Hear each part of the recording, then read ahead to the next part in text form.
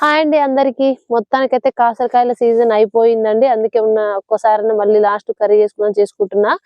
ఇప్పుడు ఇది మేము గడ్డ కూడా తీసుకెళ్లాలని అనుకుంటున్నాం అన్నమాట. సీజన్ అయిపోయింది కాబట్టి ఇప్పుడు పత్తి చేలలో మొత్తం గడ్డి మందు కొడుతురు కాబట్టి ఇవి నశించిపోతున్నాయి, ఉండట్లేవు చెట్లని. అందుకే మా ఫామ్ లో తీసుకెళ్లి గడ్డ పెట్టుకుందామని చెప్పి ఈరోజు గడ్డ కూడా దోముకొని పోదామని అనుకుంటున్నా. కాకరకాయలు అయితే తెంపేసుకున్న, ఫైనల్ అయిపోయినాయి. ఇప్పుడు మనం గడ్డ దోముకుందాం.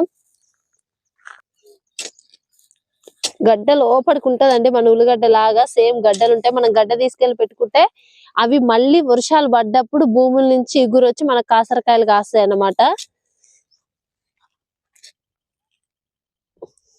చూడండి గడ్డ ఎంత బాగుంది. గడ్డే మనకి ఎగురు వస్తుంది తీసుకెళ్లి ఫామ్ లో పెట్టుకుంటే.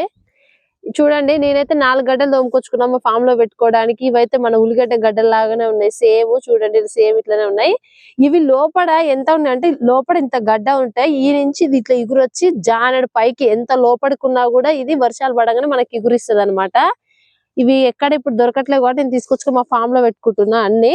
ఇప్పుడు మనం ఇది గడ్డ పెట్టుకుంటే మళ్ళీ వర్షాలు రాగానే మళ్ళీ మనకి ఎగురు వస్తుంది. ఇప్పుడు ఇది ఎండిపోతుంది మనం గడ్డ పెట్టుకున్నా కూడా, కానీ గడ్డ లోపల అట్లే ఉండి ఎగురు వస్తుంది అన్నమాట. మనం ఎంత లోపల పెట్టుకున్నా పైకి ఎగురు వస్తుంది. ఎక్కడైనా పెట్టుకోవచ్చండి. దీనికి మనం ఒక మందు కొట్టాల్సిన అవసరం లేదు, ఎరువు పోయాల్సిన అవసరం లేదు. ఆటోమేటిక్ గా అదే ఎగురు వచ్చి మళ్ళీ కాయలు